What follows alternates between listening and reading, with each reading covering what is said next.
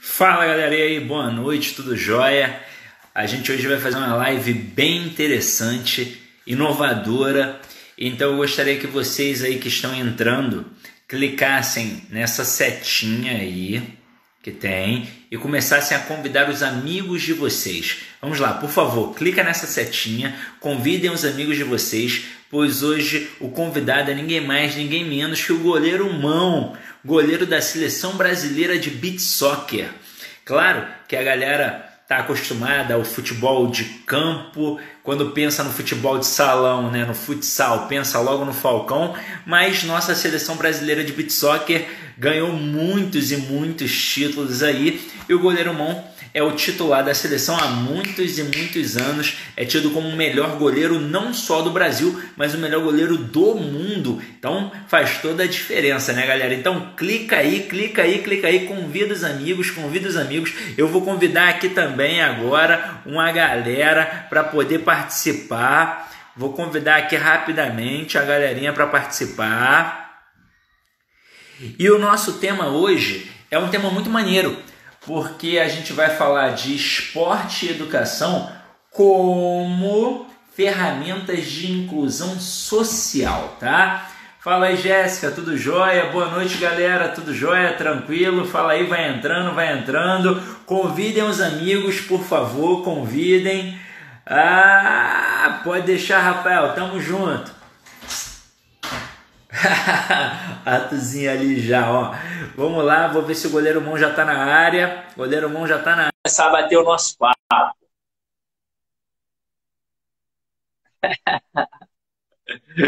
Fala aí. Vamos aí, ó. Clique e convida os amigos. Fala, goleiro Mão. Olha a camisa do homem aí, rapaz. Bem demais. Ninguém mais, ninguém menos que o melhor goleiro do mundo. Pô, quem dera, um dia eu chego lá. Fala, ainda é humilde, ó. Um dia eu chego lá.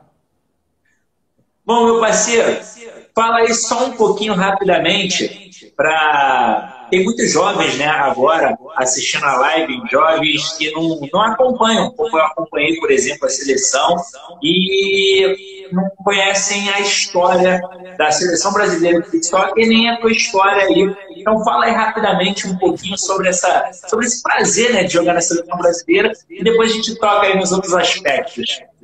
Bem, boa noite a todos, obrigado você pelo convite. Eu estou na seleção há 16 anos, eu cheguei na seleção em janeiro de 2004. A seleção brasileira hoje, pelo registro FIFA, né, vários outros títulos que ainda não eram FIFA. O Brasil tem 5 títulos de Copas do Mundo FIFA e 14 títulos mundiais. Eu joguei 10 Copas do Mundo, 6 finais e 5 títulos de Copas do Mundo FIFA, entrando na história, sendo o único atleta no mundo a conquistar tantas Copas do Mundo, né? E batido os recordes também de jogos. Que isso, é demais! Demais! Agora, Mão, fala um negócio pra mim. Eu tenho quase certeza de como é que vai ser a sua resposta, mas eu vou perguntar porque eu acho interessante. Hoje a gente vai falar sobre educação, sobre esporte como ferramenta de inclusão social, e a minha seara é a língua portuguesa. Você joga futebol há muitos anos e conhece, obviamente, a galera das outras áreas, do futsal, do campo. E a gente percebe que o cara que se destaca no time pela oratória, às vezes pela capacidade intelectual para compreender o que o técnico fala e repassar de um jeito mais simples para os outros companheiros, acaba virando o capitão do time. E assim, quais são as escolhas? O que faz de fato um técnico escolher um dos jogadores para que ele seja o capitão do time? Quais são as influências? Então, hoje, dentro do desenvolvimento esportivo, seja qual for a modalidade, a questão do intelecto, né, a questão da compreensão, do senso crítico, ela está sendo muito importante, né? E nesses anos que eu estou aí buscando um pouco mais de desenvolver a minha oratória, até porque eu tenho, gente, para você ainda não adquirir, eu ganhei de presente, ó, o professor Cid aqui, ó, eu aprendo muito com isso aqui. Obrigado pela apostila de material que tem contribuído demais. E o que acontece? Alguns fatores eles são importantes para o desenvolvimento para a escolha de um capitão. Fator que, por exemplo, o Gilberto ele não gosta muito que o goleiro seja o capitão, ele escolhe outro. Normal, isso é questão de optar por uma situação.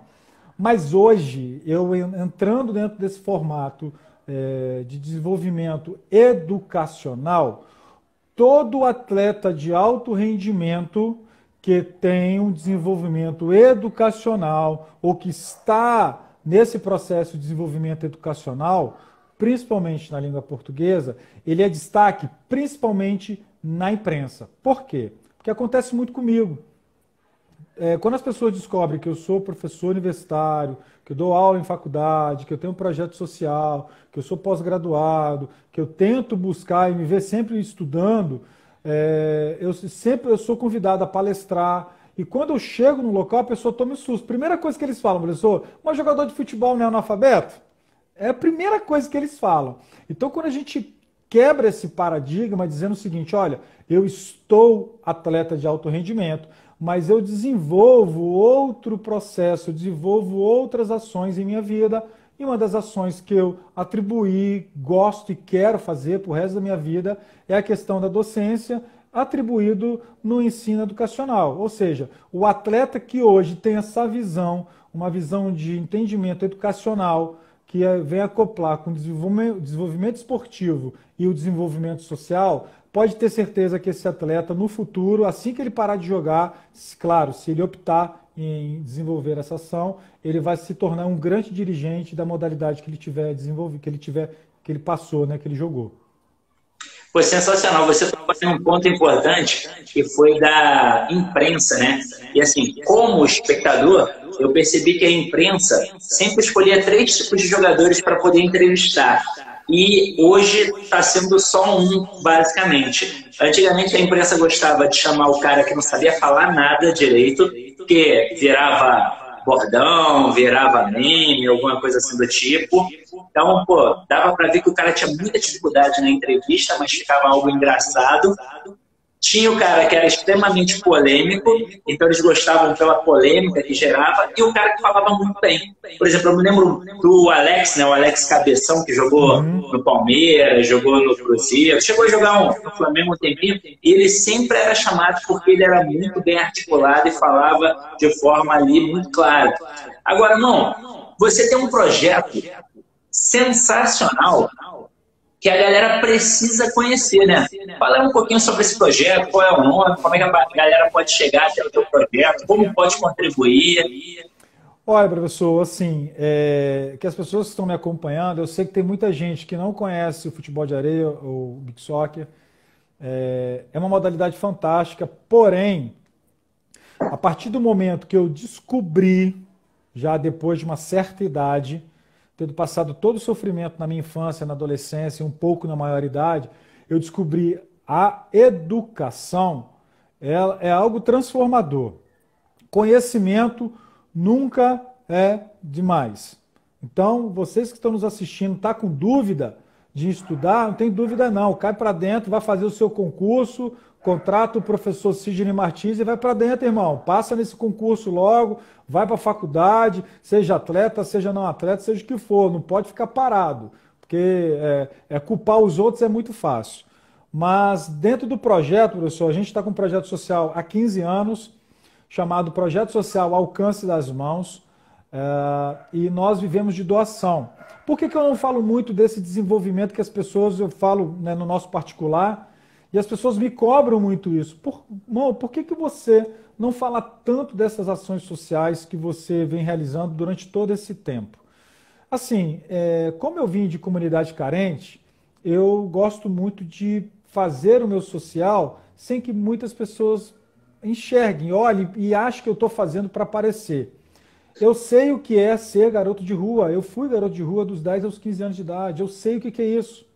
Não adianta a pessoa me falar que garoto de rua sofre. Eu sei, eu sim, já sofri na pele com isso.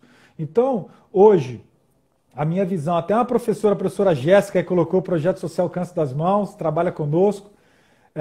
Hoje, a minha intenção, o meu legado, o meu maior legado que eu quero deixar na sociedade é o legado em que eu contribuí na formação de uma criança, de um jovem, de um adulto dentro do processo educacional. Vestir a camisa da seleção brasileira é prazeroso demais da conta, mas vai passar, eu sei disso que vai passar.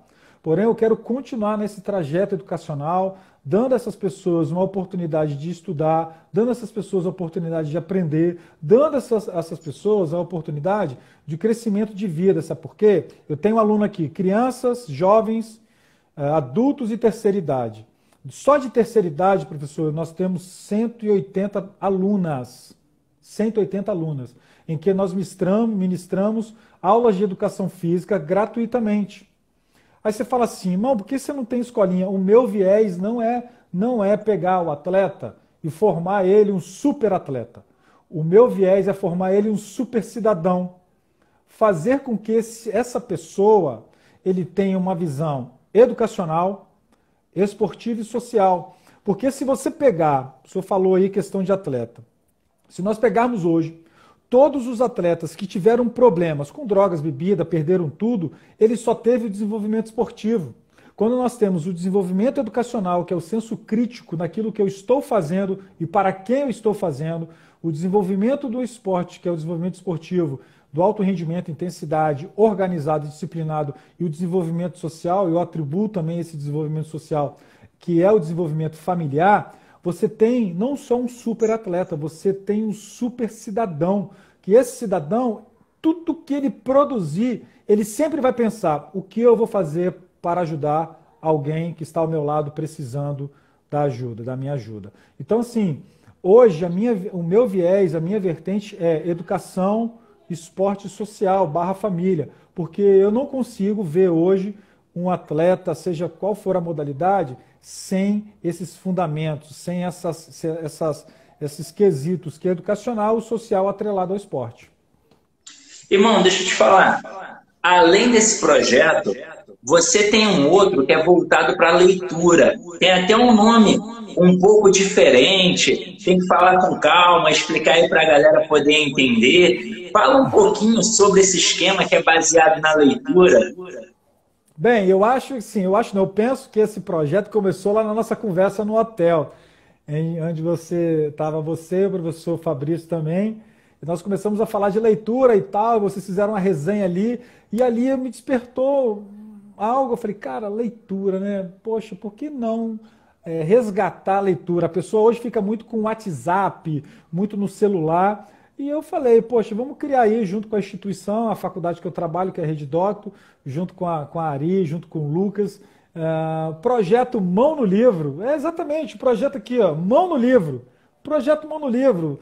Mão no livro. Porque assim, você acaba aguçando a leitura. Nós tivemos mais de 10 mil pessoas em todo o Brasil participando do projeto Mão no Livro, a Jéssica colocou aqui, mais de 10 mil pessoas participando, toda a etapa, 12 pessoas eram sorteados 12 livros para as pessoas receberem em casa. Eu escrevi uma carta, é mandado para a pessoa, parabenizando e incentivando o hábito da leitura. Eu recebo mensagem, professor, de pessoas bem assim, olha, eu não pegava num livro fazia um tempão, não sabia mais o que era um livro. E hoje, com o seu projeto, porque eu não sabia que atleta de alto rendimento lia, atleta de alto rendimento estudava, e principalmente jogador de futebol. Então, quando as pessoas começaram a entender que, caramba, poxa, ele é jogador de futebol, né, entre aspas, e busca essa condição de ler, de ter a leitura, que é um hábito mais que saudável, eu vou fazer também. Então eu tenho muitos relatos de pessoas que regressaram, né, resgataram o hábito da leitura, e esse projeto Mão no Livro é um projeto fantástico. Nós estamos pensando aí reformatá-lo para o ano de 2020, claro que evidente, passando por essa situação de pandemia aí, tudo parou, mas espero breve retomá-lo aí para que a gente possa ampliar para as outras plataformas. E vocês têm uma biblioteca própria lá? Como é que funciona o esquema de doação de livros? Então, tem uma biblioteca pronta, já a pessoa, ela se cadastra no site, né? É o site da Rede Docto. e tem lá também no site da pós-graduação. A partir do momento que você faz a sua inscrição na pós-graduação, o site já te dá um link para você fazer o processo de inscrição para você participar desse sorteio. E lá tem as indicações dos livros, né? Vamos lá, o Homem Sapiens, tem um lá que saiu muito, de 1 a 1 milhão, o pessoal gosta muito disso, né? Esses livros de autoajuda. E como eu gosto de ler, e estou relendo, vou reler de novo o livro O Monge e o Executivo, que é um novo muito bom. Já li, muito bom. Assim, é muito maravilhoso. Então a pessoa escolhe, olha, você faz o seu cadastro e a partir do momento que você faz o seu cadastro, você coloca a opção. Se você for sorteado, se eu for sorteado, eu quero ganhar tal livro. Aí se você for sorteado, você recebe o livro em casa, com uma carta minha, autografada, bonitinho, tranquilo e lendo aí o livro quantas vezes você quiser. Então, deixa eu falar um negócio, ó. Eu não recebi aval do patrão, não, mas eu vou falar e ele vai ter que aceitar. Ó, muito lá no passado eu te mandei uma apostilinha. Tá aqui, ó. Agora eu tenho um livro em coparticipação com Fabrício Dutra e outros professores, pela editora Brasileiro e Passos. E eles têm livros não só de língua portuguesa, mas de matemática e raciocínio lógico. Tem livros na área da saúde, então enfermagem, essa parte de fisioterapia, coisa e tal. Então eles são muito fortes nessa área da saúde. Eu vou depois pegar o endereço aí contigo, vou mandar mensagem para eles e vou solicitar o envio de uma boa remessa aí de livros aí para o projeto de vocês. Então, são todos voltados para concurso, né? Mas, com certeza, vão auxiliar bastante. E esse daqui ainda é legal, mano. Obviamente, vai um específico para você, e você tem acesso à videoaula.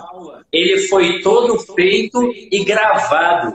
Então, são dois capítulos, né? 2 volumes, na verdade, 2 volumes, com 44 capítulos, e tudo foi gravado em vídeo, tudo. Então o aluno vai acompanhando a gramática e pode ir acompanhando a videoaula. É sensacional, é muito maneiro.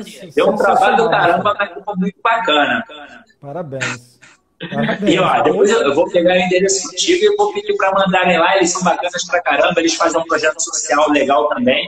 Eles estão, inclusive, gravando um curso completo voltado para o Enem, para que as pessoas carentes, que não têm condição de pagar, né? Às vezes, mas é tão baratinho, 20, 30 reais por mês, mas nem todo mundo tem 20, 30 reais por mês, ainda mais numa época como essa. Então, eles estão produzindo aí um curso completo voltado para o Enem e vão deixar aí para que a galera possa ter acesso gratuitamente. Vai valer muito a pena, né?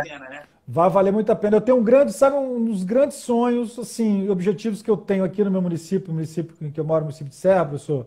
Eu tenho um sonho de criar uma biblioteca ao ar livre, em determinados pontos, juntar todas as minhas coletâneas, todos os meus livros e ter nessas praças, nesses pontos, o dia da leitura. O dia da leitura. Eu conheço pessoas que só em ler uma página ou o prefácio, a introdução de um livro, se apaixonou pelo livro. Então, assim, eu costumo dizer para as pessoas, aí tem gente que me pergunta assim, poxa, mas eu vi você jogando na televisão, eu vi você jogando em tal lugar, na arena tal, eu não sabia disso. É porque muitas das vezes os atletas em si, o jogador de futebol, é claro que nós também contribuímos para que isso aconteça. Nós preferimos nos envolver mais com coisas que não sejam negativas do que positivas. Eu prefiro, né, a minha visão, me envolver na área da educação. Porque a educação, a gente está vendo aí o nosso Brasil do jeito que está. Eu fiz um debate aqui, uma conversa, e disse o seguinte para a pessoa, perguntei, você levaria o seu filho a um médico que não seja formado? Você levaria a sua mãe a um ortopedista ou algum tipo da área da saúde que não tenha o conhecimento daquilo que é, de fato, para cuidar? Você levaria hoje o seu filho numa escola que lá não tenha professor que ensine o seu filho a língua portuguesa, matemática, geografia? É claro que não. Então, por que nós insistimos em político? Às vezes eu vou entrar num assunto que é chato, mas é a verdade. Por que nós insistimos em pessoas que não têm o preparo educacional para exercer tal função? Porque eu ouvi a minha vida toda, professor, que eu tinha que estudar. Todinha, minha mãe, treinadores, que eu tinha que estudar. Eu estudei. Agora, é minha obrigação levar isso à frente e mostrar para essas pessoas que, independente da sua profissão, a educação tem que ser prioridade. Não só a educação. Eu tenho o Jefferson, meu mais velho, a minha filha Lara, o Davi e a Alice, que vem agora em setembro. Aqui em casa é o seguinte, se não quiser estudar, vai estudar na marra. Porque tem que estudar. Não tem outro caminho. Jogar bola é legal? É massa. Eu sou apaixonado pelo que eu faço, professor. Eu acordo 5 horas da manhã para treinar. Porém, eu não posso deixar e nem abrir mão daquele processo que é extremamente fundamental para a nossa sociedade, que é a educação. Não tem como eu estou atleta de alto rendimento. Eu não posso só chegar para o menino, olha, vai lá que você vai realizar seu sonho. Não, tem que saber ler, escrever, tem que saber fazer uma conta de matemática, saber as disciplinas que regem o processo educacional. Eu estava brincando com meu filho, a minha esposa aqui pega no pé dele mesmo na questão dos estudos.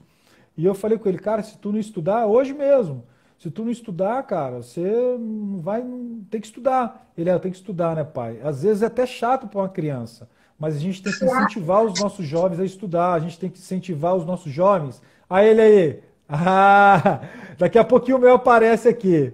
A gente tem que incentivar os nossos jovens a estudar. O nosso jovem, ele precisa entender que nós podemos jogar bola, podemos jogar vôlei, podemos fazer o que quiser, mas sem educação, sem estar dentro da escola aprendendo, não tem como a gente querer algo melhor em nossa sociedade, porque a educação é a base de tudo. Irmão, apareceram alguns alunos ali com algumas dúvidas, que eu acho que são dúvidas de muita gente sobre a dificuldade do aprender, né? O aluno perguntou ali, poxa, é normal demorar para aprender? É normal, só que isso depende também de outras coisas, depende de uma base. Se a pessoa, quando criança, teve uma excelente base, obviamente, ele vai ter facilidade para aprender os conteúdos quando mais velho. Agora, se ele não foi bem influenciado na idade de 0 a 2 anos, ele vai ter uma dificuldade tremenda depois mais velho. Eu trabalhei durante muitos anos na Prefeitura do Rio e era notório esse processo. Quando a criança era bem influenciada, não necessariamente precisa nascer num lar abastado financeiramente. Basta que seja um lar com amor. Às vezes os pais são semi-analfabetos, mas estão ali, ó, incentivando, tentam ler com as crianças, e isso influencia no futuro. Aí o menino com 14 anos, às vezes ele está brincando ali, zoando o plantão, mas ele pega o conteúdo assim muito rápido, porque ele foi bem influenciado quando era bem pequenininho. Aí tem o lado contrário também, que é muito triste, porque se ele não foi bem influenciado, e isso em relação à língua e em relação a afeto, ele vai ter muitos problemas mais velhos. E aí, às vezes, o cara está ali tentando aprender, se esforçando, e você vê que ele tem mais dificuldades que o outro. E isso é porque ele não foi bem influenciado. Mas eu vou dizer um negócio para vocês. Eu tive um professor na faculdade chamado Ronald de Mello, e ele dizia que até o mais idoso dos seres humanos era capaz de dar mãe com um d'água. E isso é verdade. A gente aprende a que a gente quiser. Basta ter vontade. Ah, mas fulano aprendeu assim, ó, em 1 minuto. Eu estou demorando já 1 mês. É assim mesmo? Você quer aprender? Então seja persistente. Não é de uma hora para outra. E digo mais, se você tem dificuldade para compreender e conseguiu compreender, vai ser muito mais significativo. Vai valer muito mais a pena, vai ser muito mais glorificante. Porque se você aprendeu muito fácil, você até, assim, não liga muito. Então, quando você estuda para concurso, e a gente vê hoje, irmão, que a maioria das pessoas que estudam para concurso, elas estudam para concurso porque querem uma estabilidade financeira, porque querem uma ascensão social, querem melhorar de vida. Muitos, a maioria, veio de estrutura carente, de escolas deficitárias. E aí? O cara tem que entender que ele tem que, no mínimo, estudar 6 meses para começar a ser competitivo. Não dá para estudar para concurso, por exemplo, que é a minha seara, em 2 semanas e achar que dá para aprender tudo. Aí eu falo de um aspecto muito importante, irmão, que é a humildade. Todo mundo só evolui a partir da humildade. Então, o professor, por exemplo, quando ele começa a dar aula, por melhor que seja a aula no início, é muito pior do que hoje. Então, por exemplo, eu dou aula há 16 anos. A minha primeira aula, com certeza, era uma porcaria. Tinha gente que gostava? Tinha. Mas a aula hoje é muito melhor por 2 aspectos. Pela constância, tantas e tantas vezes que eu ministrei aqueles mesmos conteúdos, e pela humildade de entender que eu não sei tudo e que eu preciso buscar. E o aluno, então, quando ele compreende isso, aí é que ele voa. Porque ele precisa da humildade. Quando ele vai, por exemplo, para um curso, seja um curso de língua portuguesa, seja um curso de educação física ministrado por você, pode ser que num primeiro momento ele não compreenda aquele conceito. E aí, olha como a gente é egoísta. Ah, se eu não compreendi de primeira, é porque o cara que está me apresentando, ele não soube apresentar da forma correta. Então não presta. E não é bem assim. Na maioria das vezes, você não compreendeu aquele conceito de cara porque você tem alguma lacuna. E aí você precisa ter a humildade de reconhecer e buscar por conta própria. A gente não aprende quando acerta. Quando você acerta, você já sabe. A gente aprende, na verdade, é no erro, é na queda, é no tombo. Fala aí, boa noite, tudo jóia? Não parece não, tá? Mas é meu, hein? Não parece não, mas é meu, ó. Não parece não, mas é meu pai. Tem 2 filhos. Com a Maura eu vou ter o segundo, mas eu tenho o Jefferson e a Lara já. A sua esposa é concursada, né? É, militar. Aí, tudo jóia? Tudo bom? Sargentona, eu que moro em casa. Caraca, mano, muito maneiro isso, né? A tua história, cara, é uma história muito bacana, porque mostra, por exemplo, o que eu tava falando aqui agora, mostra que realmente a vida vai nos dar porrada, né, cara? E não é derrotado quem perde, é derrotado quem desiste, né? É verdade. Porque o senhor falou de um assunto aí de aprendizado. Quando eu entrei na faculdade, eu comecei a passar pelo pânico, porque o senhor disse que toda criança que tem uma base familiar, ele tem uma facilidade de aprender mais. Eu nunca tive uma base familiar de ensinar educação. O ofício que na cabeça da minha mãe eu tinha que ter era o ofício de pedreiro, que era o ofício do meu pai. Então, o meu pai, eu convivi com aquilo e eu nunca fui educado em estar num colégio. Ou seja, minha mãe mandava para ir para o colégio. Ela achava que eu tinha que estar na escola, porque a escola é o lugar que eu deveria estar. Mas ela não entendia o processo da educação na vida de um jovem. Eu fui entender educação, professor, quando, numa madrugada, após entrar na faculdade em 2013, olha você que está me assistindo, tá? Processo educacional quando começa. Quando eu entrei no YouTube, vi lá um professor lá do LAC Concurso, lá, dando uma aula de língua portuguesa e falando de crase. Eu falei, o que esse cristão está falando?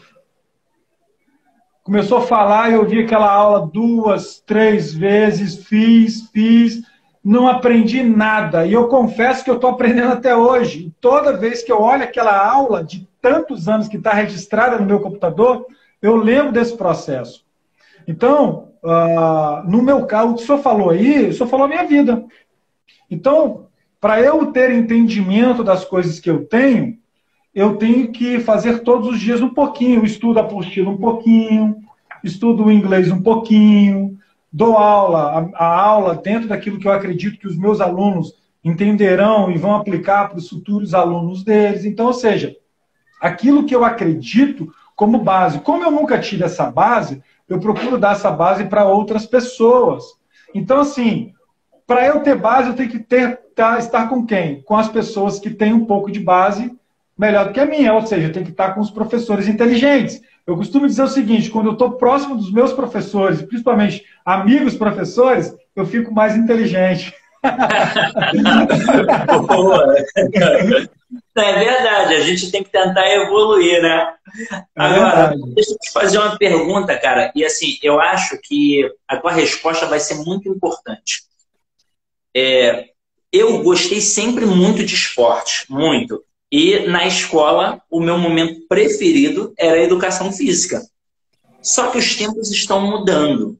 E hoje em dia eu reparo que a maioria das crianças não quer nem se suar, não quer participar da educação física, só quer ficar no celular, negócio de joguinho.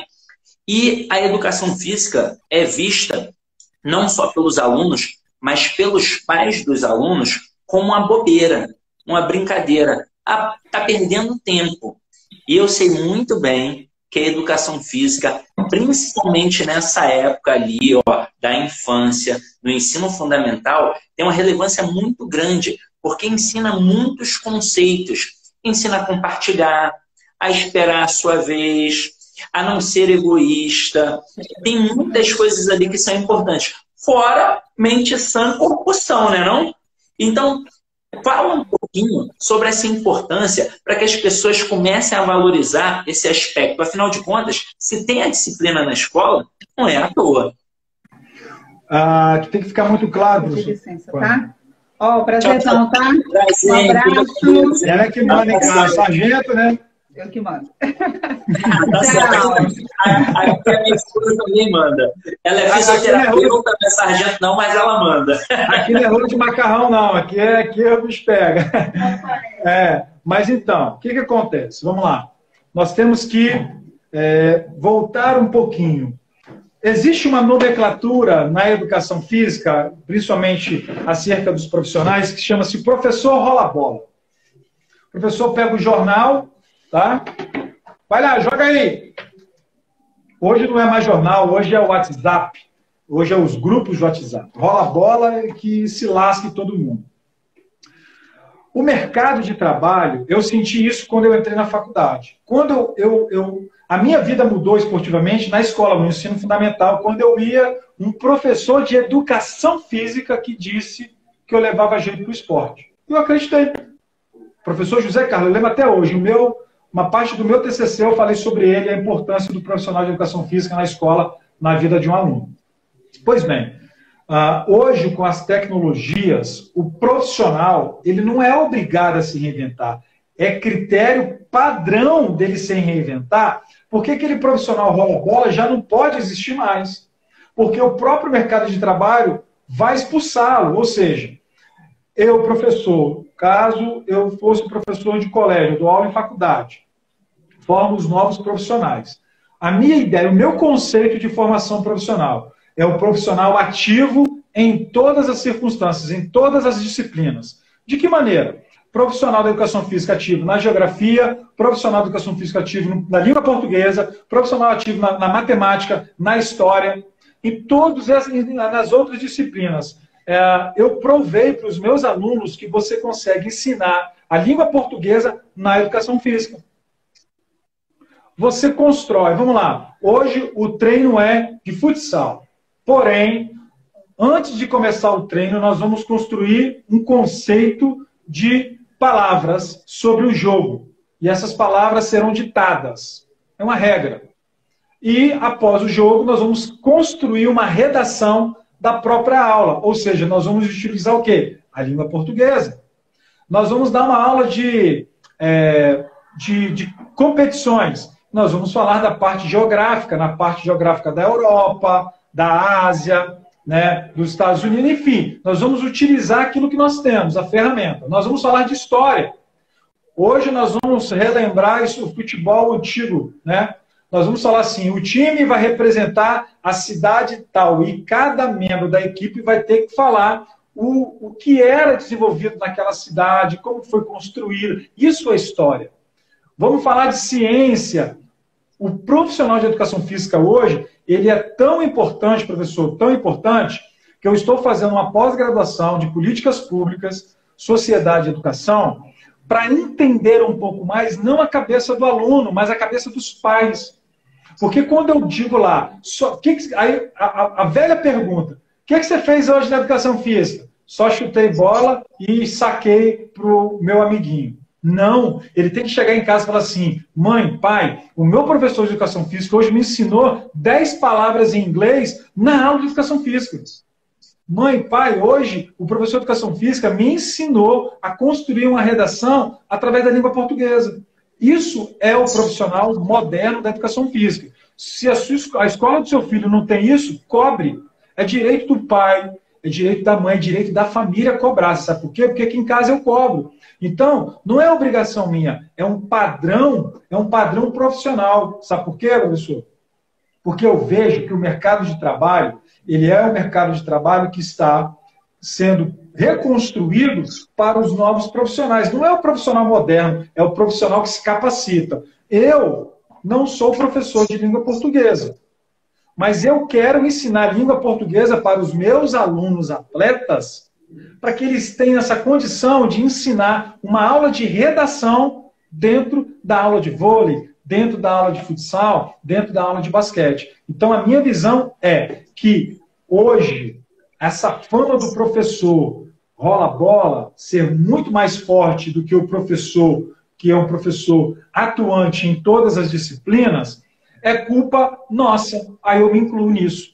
Porque quando eu coloco lá, vamos lá um exemplo, eu pego seu filho, chuta, vai, vem. Eu não ensino centro de direção, espaço, eu não ensino o que é direita e esquerda, eu não ensino coordenação motora, eu não ensino os conceitos e as técnicas básicas para que ele possa aprender. E assim, construir uma visão mais global. Ou seja,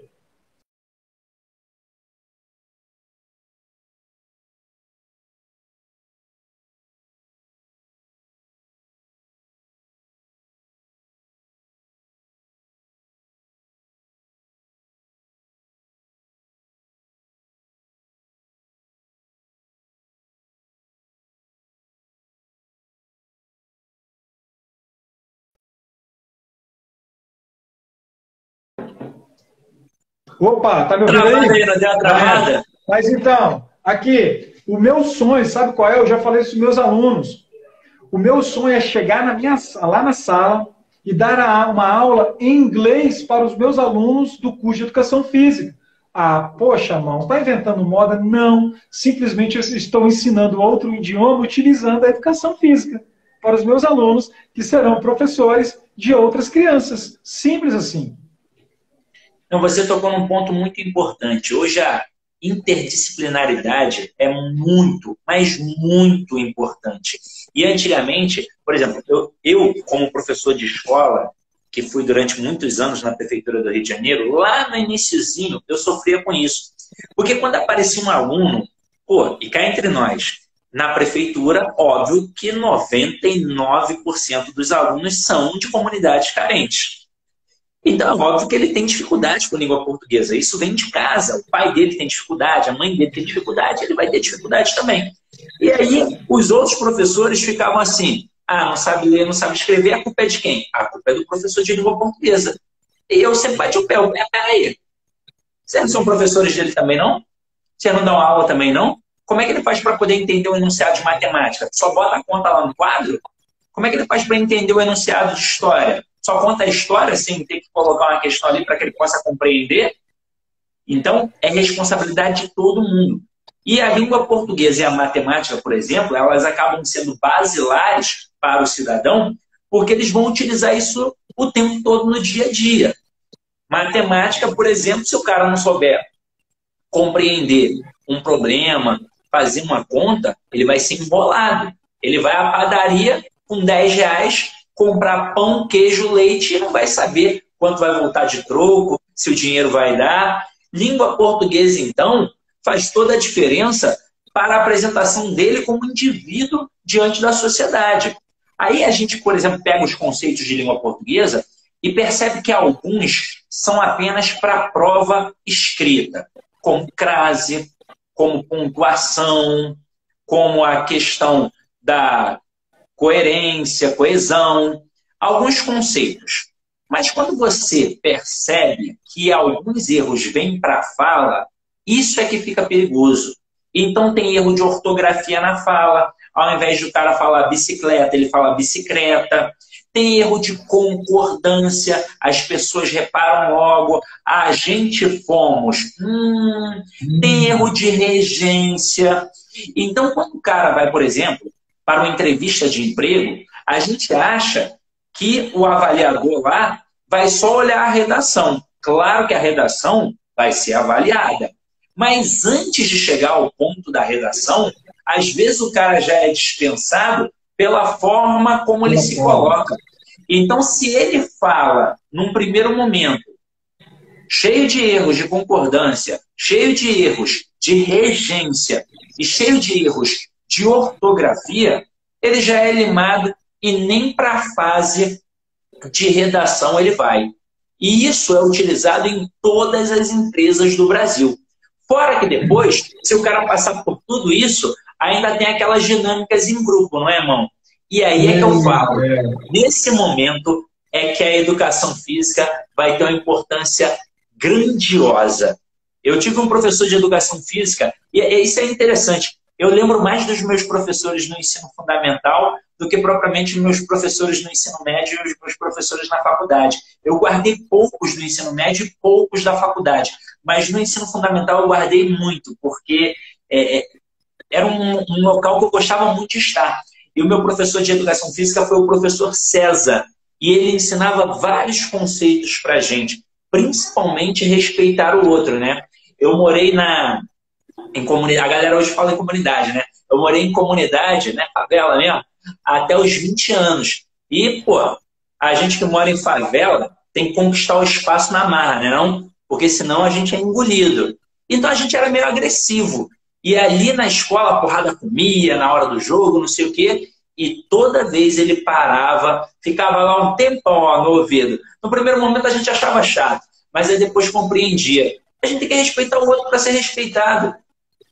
Então, ele começou a mostrar que essa questão da violência que a gente tinha latente por conta da comunidade, ela não podia ser estendida para outros locais. Porque na marra, na violência, a gente não ia conquistar nada. O mundo hoje não é dos mais fortes. O mundo hoje, ó, é dos mais inteligentes. Inteligentes, os que pensam, é verdade. É verdade. É verdade. Então, assim, foi muito bom para mim, na época da escola, ter um excelente professor de educação física. Isso aí, professor, é o que eu trabalho na formação dos novos profissionais. Eu sou muito criterioso enquanto a isso. Eu costumo inovar nas minhas aulas para que eles inovem também dentro das escolas, qual for o estabelecimento que eles estiverem ensinando. Porque, assim, eu viajei, tive a oportunidade de viajar o mundo e ver lá fora coisas boas. Por que não trazer essas coisas boas para cá? Mas o senhor falou uma coisa que é muito, no início, que é muito importante. Humildade.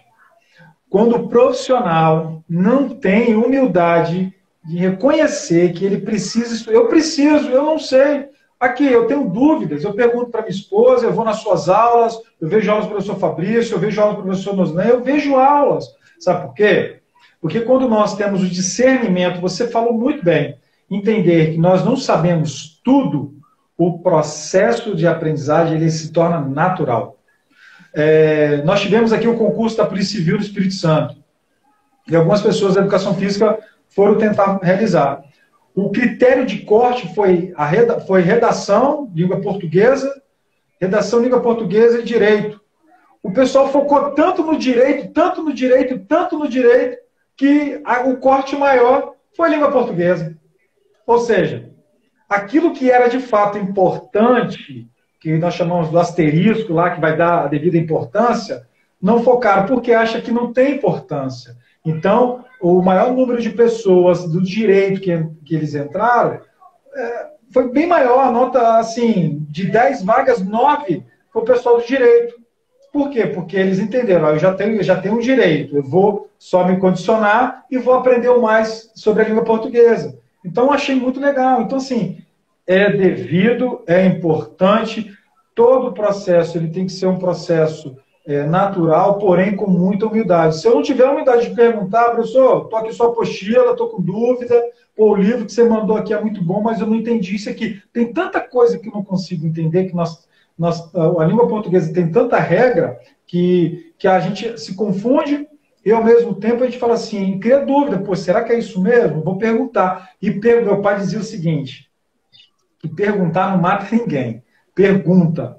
Está com dúvida? Pergunta. Melhor perguntar. Eu prefiro ser repreendido por uma pergunta, seja ela boba, do que ficar calado e ser repreendido pior ainda porque eu não perguntei. Então, assim, esse processo é um processo que a pessoa tem que ter muita humildade e muito entendimento, saber que ninguém sabe tudo, mas que se pode aprender um pouquinho mais com outras pessoas, agregando aquele valor, tanto da humildade do processo educacional. Não, e você falou um negócio importante, conhecimento nunca é demais. Tudo aquilo que a gente aprende fora da nossa área pode ter utilidade. Por exemplo, a minha esposa, ela é fisioterapeuta. Então, esse músculozinho aqui da perna, que a gente chama de batata da perna e panturrilha, tem um nome técnico chamado gastrocnêmio, né? Gastrocnêmio, é isso aí. E eu uso isso nas minhas aulas de variação linguística. Por exemplo, tem esse ossinho aqui, que é o externo, que às vezes as pessoas têm dor aqui no meio do peito, né? E, por exemplo, hoje eu já sei que essa dor pode ser por ter dormido de mau jeito, mas pode ser por conta de estresse, ansiedade. E isso pode servir de auxílio para poder entender um texto na prova, ou até para poder auxiliar um aluno que está com aquela dificuldade naquele momento. Pô, vamos conversar aqui, de repente você está com uma dificuldade. E por que eu estou falando da questão do texto? Os textos não são poesias o tempo todo, são de diversas áreas do conhecimento. Então vai ter um texto sobre educação física, vai ter um texto sobre a área jurídica, vai ter um texto sobre política, sobre economia. Se eu não souber um pouquinho de cada assunto, eu vou ter dificuldade para compreender o texto. Por melhor que eu leia, eu não tenho aquela vivência, aquela experiência. Agora, se eu tenho aquele conhecimento, eu compreendo e interpreto o texto muito melhor. Por isso que eu falo, quem tem dificuldade com interpretação, das duas, uma. Ou lê pouco, ou tem pouco conhecimento de mundo. E aí, como é que o cara pode solucionar isso? Vamos lá, o cara vai fazer uma prova agora. Vou fazer prova para a Polícia Civil, por exemplo, do Paraná, mas tenho dificuldade com interpretação. Então, comece a ler bastante para adquirir conhecimento. Sidney, eu não tenho tempo para poder ficar lendo Machado de Assis, Guimarães Rosa, Altran Dourado, esse tipo de coisa. Então, o que você vai fazer? Você vai pegar as 10 provas anteriores da banca, vai olhar qual foi o tipo de texto que cobraram, vai ver que basicamente cobram dissertações, e aí você vai começar a ler dissertações e entender as características da dissertação. E entender que ali tem a dissertação expositiva, que é aquela que só expõe um conteúdo, e entender que tem a dissertação argumentativa, que é aquela que procura persuadir, convencer o leitor. E aí, quando você começa a entender esse processo, só de fazer a leitura desses textos, você vai começar a perceber que outros conceitos são apresentados. E li um texto muito interessante que falava sobre o corpo humano. Só que aí, o cara tem que ser curioso também, né, irmão? Pô, apareceu um conceitozinho aqui que não ficou tão bem explicado no texto. Pô, hoje tem o Google. Vai ao Google, pesquisa lá e aprofunda o teu conhecimento. Então, o cara que é curioso, ele aprende sempre muito mais facilmente. O problema é que a gente tem a mania, e isso tem que ser mudado. Eu não gosto daquilo que eu tenho dificuldade. Por exemplo, na escola, qual é a matéria que a galera menos gosta? É matemática. Ah, não gosto de matemática, não. Por quê? Porque não entende num primeiro momento. De fato, não é simples. E aí, né, vem a repulsa. Quando o cara quer aprender de fato, ele tem que fazer o contrário. Se eu tenho dificuldade com aquele conteúdo, eu tenho que estudar mais ainda aquele conteúdo. Ora, se o outro eu tenho facilidade, poxa, eu não preciso estudar tanto quanto aquele que eu tenho dificuldade. E a gente faz ao contrário. O aluno teima, por exemplo, você citou aí direito. É muito comum a galera da segurança pública pegar o direito penal, que é maneiro, tem aplicabilidade no nosso dia a dia, né? O cara vê a questão do latrocínio, aí ele entende que é um latrocínio consumado, um latrocínio não consumado, porque ele vê isso o tempo todo. Ele liga o jornal, tá passando isso. Então é coisa muito próxima. Aí quando pega uma matéria que não é tão próxima e que ele tem dificuldade, ele, não vou estudar não. Em concurso não dá para fazer isso. Tem que estudar todas as disciplinas e o que faz você passar, por exemplo, numa prova de concurso público é a matéria básica, porque a específica todo mundo sabe, mas a básica não é todo mundo que sabe, não. É verdade. Professor, eu tenho uma pergunta para você. A galera está acompanhando aí uma pergunta. Você trabalha há 16 anos ministrando aí aula como docente e tal. E eu acompanho o seu trabalho e vejo que você tem muitos alunos. Muitos alunos. E você, óbvio, que deve ter um planejamento de apresentar o teu conteúdo para esses alunos. E são classes que eu vejo são enormes. Dentro dessas classes, dentro dessa turma, todos, eu sei que você já me disse aí, já falou que cada um tem um processo de aprendizado e tem um tempo. Todos conseguem assimilar a sua fala e o conteúdo logo de cara daquilo que você apresenta, daquilo que realmente ele deseja, ou requer muito tempo por exemplo, de um para o outro. Tem um cara que teve uma base, mas ele não está te entendendo. Teve um cara que não teve base, mas está te entendendo. Tem uma diferença muito grande disso aí? Tem muita diferença. E tem diferença também da estrutura. Por exemplo, você pega uma turma presencial, a carga horária é menor, por conta dos gastos, né? Aluguel, luz, esse tipo de coisa. Então, naquele momento, você tem que ser muito objetivo. Não pode perder tempo, e aí você tem que partir do pressuposto que o camarada tem alguma base. Se ele tiver base, de fato, ele consegue acompanhar. Se ele não tiver base, ele não vai conseguir acompanhar e, infelizmente, ele vai ter que correr por conta própria. No online, também existem duas estruturas. A carga horária é um pouco maior, então dá para trabalhar muito bem. Só que, às vezes, o curso também não te dá uma carga horária muito grande.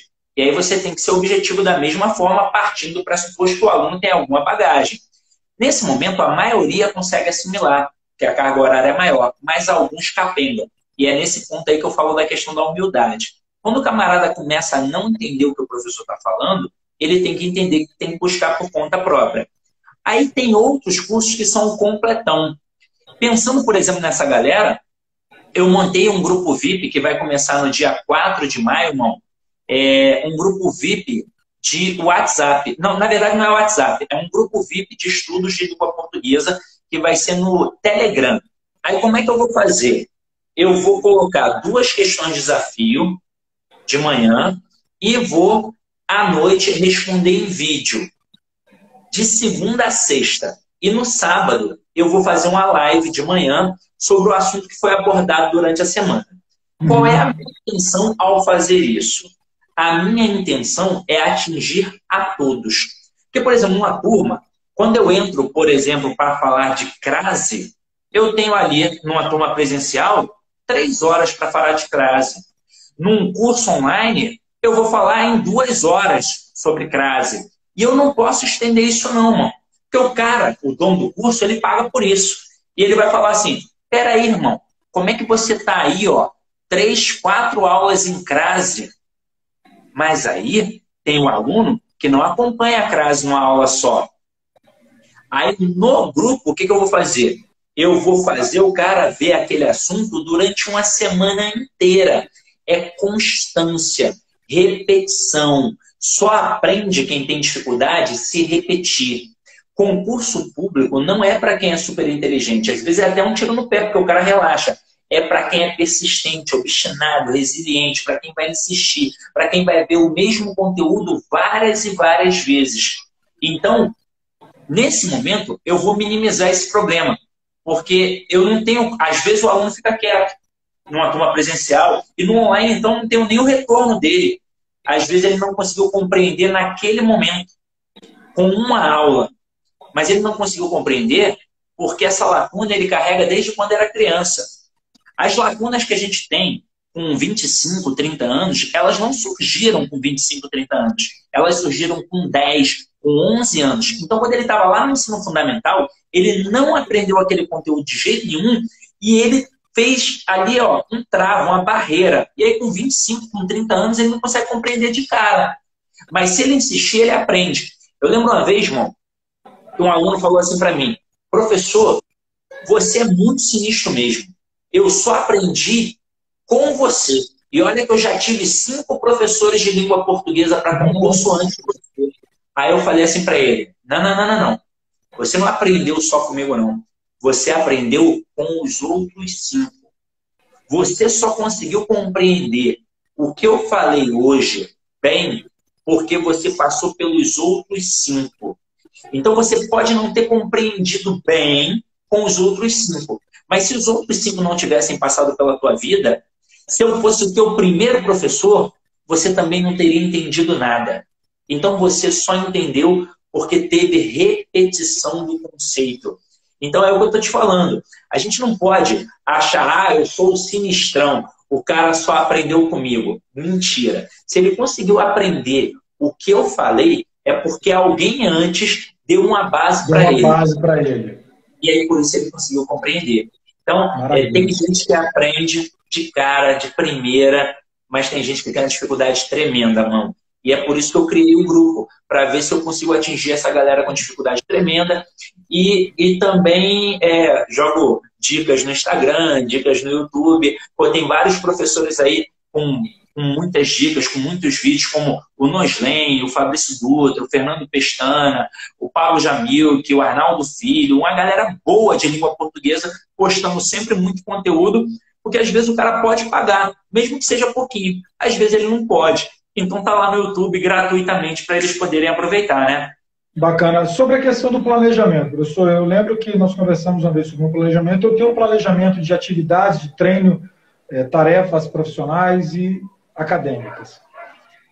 O planejamento é uma dúvida também minha. O planejamento, ele pode ser modificado? Ele pode ou deve ser modificado semanalmente, quinzenalmente ou mensalmente?